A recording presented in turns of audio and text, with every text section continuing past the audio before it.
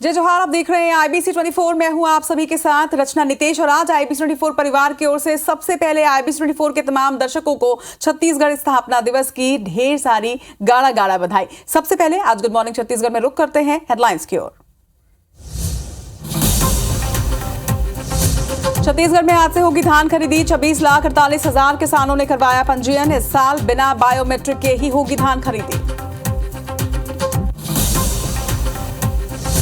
आज छत्तीसगढ़ दौरे पर रहेंगे कांग्रेस अध्यक्ष मल्लिकार्जुन खड़गे। सुकमा और महासमुंद में आम सभा को करेंगे संबोधित। सीएम भूपेश बघेल भी रहेंगे मौजूद।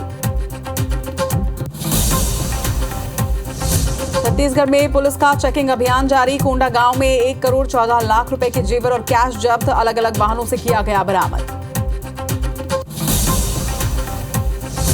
रायपुर में लेडी डॉन की गुंडागर्दी, जमीन कारोबारी से की मारपीट। घटना का वीडियो आया सामने। गंज थाने में FIR दर्ज। छत्तीसगढ़ का 23वां स्थापना दिवस आज। सीएम भूपेश बघेल ने दी शुभकामनाएं। प्रदेश के सरकारी दफ्तरों में अवकाश घोषित।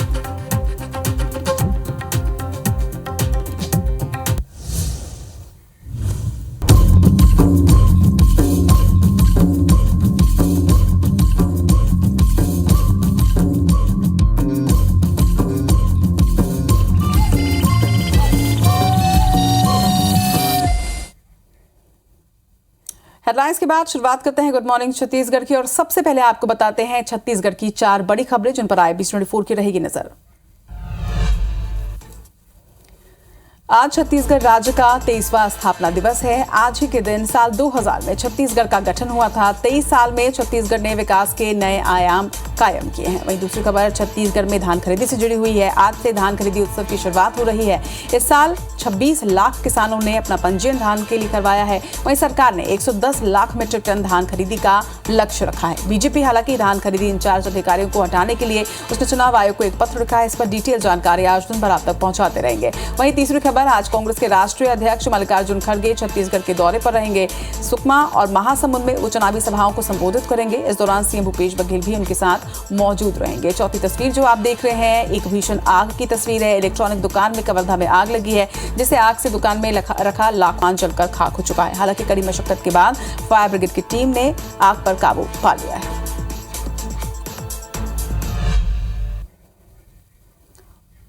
तो सबसे पहले आज बात करेंगे छत्तीसगढ़ की स्थापना दिवस के।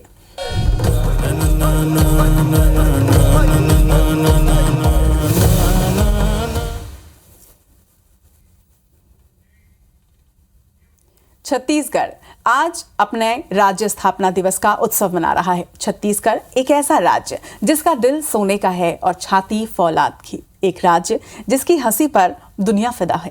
एक राज्य जिसके चरण पखारती है महानदी, जिसका पोषण करती है इंद्रावती नदी और जिसको उर्वर करती है हसदेव। अब 23 साल बाद छत्तीसगढ़ संभावनाओं के एक नए शिखर पर खड़ा है और आज IBC 24 ने 23 साल पर एक खास रिपोर्ट आप सभी के लिए लेकर आए हैं।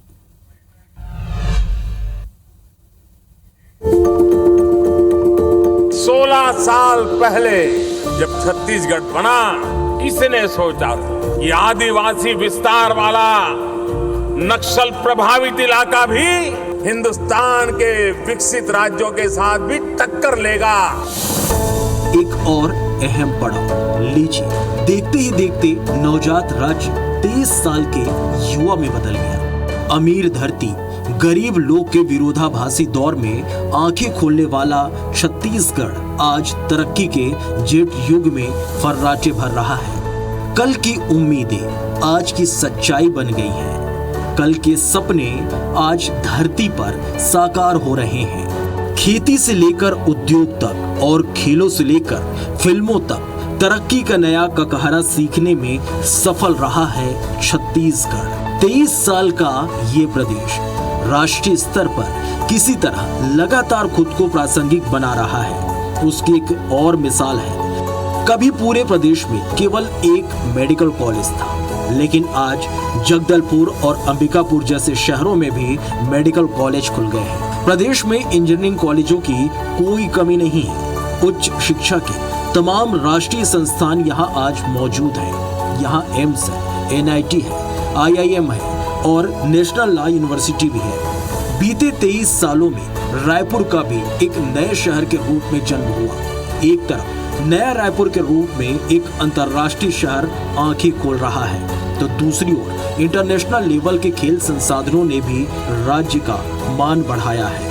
भव्य क्रिकेट स्टेडियम, शानदार इंडोर स्टेडियम, टर्फ वाले हॉकी स्टेडियम ने खेलों के लिए नया ढांचा देने का काम किया है। वहीं चमचमाते मॉल्स के जरिए मेट्रो कल्चर शहर के मिजाज में नया रंग घोलने लगा है। उद्योग, पर्यटन और कृषि के क्षेत्र में छत्तीसगढ़ के सामने अपार संभावनाएं हैं। यहाँ की नई पीढ़ी उन संभावनाओं को साकार करने में पूरी तरह सक्षम भी है। अब वक्त है हौसले के साथ आगे बढ़ने का। Bureau report, IBC 24। और अब बात करते हैं धान खरीदी उत्सव की। छत्तीसगढ़ में आज से धान खरीदी की शुरुआत हो रही है। इस साल 26 लाख से भी ज्यादा किसानों ने अपना पंजीयन करवाया है। वहीं 2,42,000 नए किसानों ने इस बार पंजीयन करवाया। आपको बता दें कि 2028 समितियों के जरिए आज से प्रदेश में धान खरीदी की शुरुआत हो रही है। इस साल बिना बायोमेट्रिक मशीन के ही धान खरीदी की जाएगी, या बायोमेट्रिक्स की जरूरत नहीं होगी। वहीं खरीदी केंद्रों में बायोमेट्रिक सिस्टम इस बार नहीं लग सका है, जिसकी वजह से यह फैसला लिया गया। इस बार 20 क्विंटल प्रति एकड़ धान खरीदी की जानी है। वहीं 110 लाख मीट्रिक टन धान खरीदी का लक्ष्य सरकार ने रखा है। 2040 और 2060 रुपए के MSP पर खरीदी की जानी है। तो धान खरीदी उत्सव 2023 की शुरुआत, कुल किसानों की संख्या की बात करें तो 25 लाख से ज्यादा किसान जो हैं उन्होंने अपना पंजीयन करवाया है। वहीं राजस्व गांव की अगर बात करें तो 20,000 से भी ज्यादा राजस्व गांव की संख्या छत्तीसगढ़ में है। आज से धान खरीदी की शुरुआत जो है वो प्रदेश में की जा रही है, जिसकी तमाम तैयारियां भी पूरी कर ली गई हैं। और अब रुक करते हैं कुछ सियासी खबरों की ओर। छत्तीसगढ़ में चुनाव प्रचार अभियान जो है वो तेज हो चुका है। लगातार दिग्गजों का दौरा प्रदेश में जारी है और कांग्रेस के राष्ट्रीय अध्यक्ष मल्लिकार्जुन खड़गे आज छत्तीसगढ़ के दौरे पर पहुंच रहे हैं। सुकमा और महासमुंद में आज वो सभा को संबोधित करेंगे, प्रचार प्रसार करेंगे। दोपहर 12:30 बजे के करीब सुकमा में खड़गे की ये सभा आयोजित की गई है, जिसके बाद वो वहां से महासमुंद के लिए रवाना होंगे और लगभग 2:30 बजे महासमुंद में आम सभा को संबोधित करने वाले हैं। इस दौरान प्रदेश के मुखिया सीएम भूपेश बघेल भी उनके साथ मौजूद रहेंगे और उसके साथ ही तमाम दिग्गज भी उनके साथ मौजूद रहने वाले हैं। तो आज कांग्रेस के राष्ट्रीय अध्यक्ष मल्लिकार्जुन खड़गे सुकमा और महासमुंद के दौरे पर होने वाले हैं। इधर बीजेपी ने भी दिग्गजों के प्रचार प्रसार के लिए और दिग्गजों के दौरे के लिए अपनी तैयारियां तेज कर दी हैं। आपको बता दें कि प्रधानमंत्री नरेंद्र मोदी 2 और 4 नवंबर को छत्तीसगढ़ के दौरे पर रहने वाले हैं। 2 नवंबर को यानी कि कल दोपहर 1 बजे कांकेर में उनकी चुनावी सभा होने वाली है। इसी तरह से 4 नवंबर को दुर्ग जिले में एक बड़ी चुनावी सभा को संबोधित करने वाले हैं प्रधानमंत्री नरेंद्र मोदी। दूसरे चरण के चुनाव के पहले 14 नवंबर को एक बार फिर से उनका दौरा होगा। इस दौरान राजधानी रायपुर में एक बड़े रोड शो की तैयारी की जा रही है। प्रधानमंत्री नरेंद्र मोदी 14 नवंबर को रायपुर पहुंचेंगे और रायपुर के चारों प्रत्याशियों के साथ तेली बांधा चौक से लेकर दीनदयाल उपाध्याय ऑडिटोरियम तक के ये रोड शो करने वाले हैं। आपको बता दें कि भाजपा के दूसरे स्टार प्रचारक उत्तर प्रदेश के मुख्यमंत्री योगी आदित्यनाथ 4 नवंबर को छत्तीसगढ़ के प्रवास पर रहेंगे। वो कवर्धा में विजय शर्मा के समर्थन में चुनावी सभा करने वाले हैं। तो वहीं भिलाई में बीजेपी के प्रत्याशी प्रेम प्रकाश पांडे के समर्थन में भी रोड शो वो करने वाले हैं। वहीं 2 और 4 नवंबर को मोदी की सभा की तैयारी के लिए पहुंचे प्रदेश प्रभारी ओम माथुर और सह प्रभारी नितिन नवीन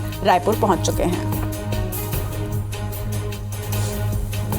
भारतीय जनता पार्टी के सभी नेता छत्तीसगढ़ को बचाने के लिए, देश को बचाने के लिए इस भ्रष्टाचारी, इस निकम्मी, इस अन्यायी, अत्याचारी सरकार जिसने छत्तीसगढ़ को पूरे देश में बदनाम कर दिया है, उसको अटल जी के सपनों का छत्तीसगढ़ बनाने के लिए लोगों से आह्वान करने के लिए बीजेपी के सभी नेता यहां पर आएंगे और जनता को जागृत कर कर बीजेपी को जितवाएंगे।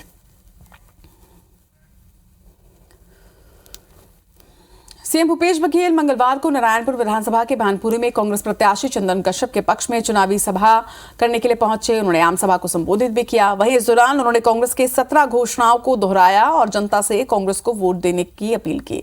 साथ ही बीजेपी पर जमकर वो बरसे। सीएम भूपेश बघेल ने कहा कि चुनाव आते ही भाजपा के लोग छल करने के लिए घूमते हैं और वोट कटवा रहे हैं, आप लोग इनसे सावधान रहें। वहीं बीजेपी प्रत्याशी केदार कश्यप पर निशाना साधते हुए उन्होंने कहा कि केदार कश्यप ने शिक्षा मंत्री रहते हुए नकल कांड करवाया था, जिसमें उनकी साली पत्नी के बदले परीक्षा में शामिल हुई थी। मैं मुफ्त में शिक्षा, मुफ्त में इलाज, KG से 2 PG तक की शिक्षा होगी फ्री में। तो बहुत 17 वादे हमने किए हैं और वो हम सब जैसे पिछले समय हमने पूरा किया था अब भी हम पूरा करेंगे। लेकिन भारतीय जनता पार्टी की गारंटी का कोई गारंटी नहीं है, लेकिन कांग्रेस की गारंटी का पूरा भरोसा आम जनता को है।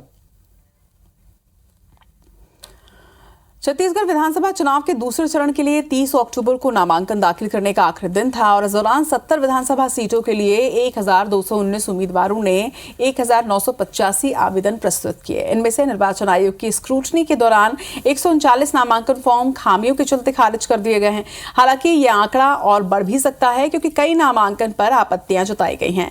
इस पर निर्वाचन पदाधिकारियों की ओर से स्क्रूटनी और सुनवाई फिलहाल जारी है। आपको बता दें कि उप मुख्य निर्वाचन पदाधिकारी US अग्रवाल ने बताया है कि अब तक आयोग के पास आचार संहिता उल्लंघन के 952 मामले पहुंच चुके हैं। इनमें से 309 मामलों का निपटारा किया जा चुका है, वहीं बाकी शिकायतों पर कार्रवाई की प्रक्रिया जारी है।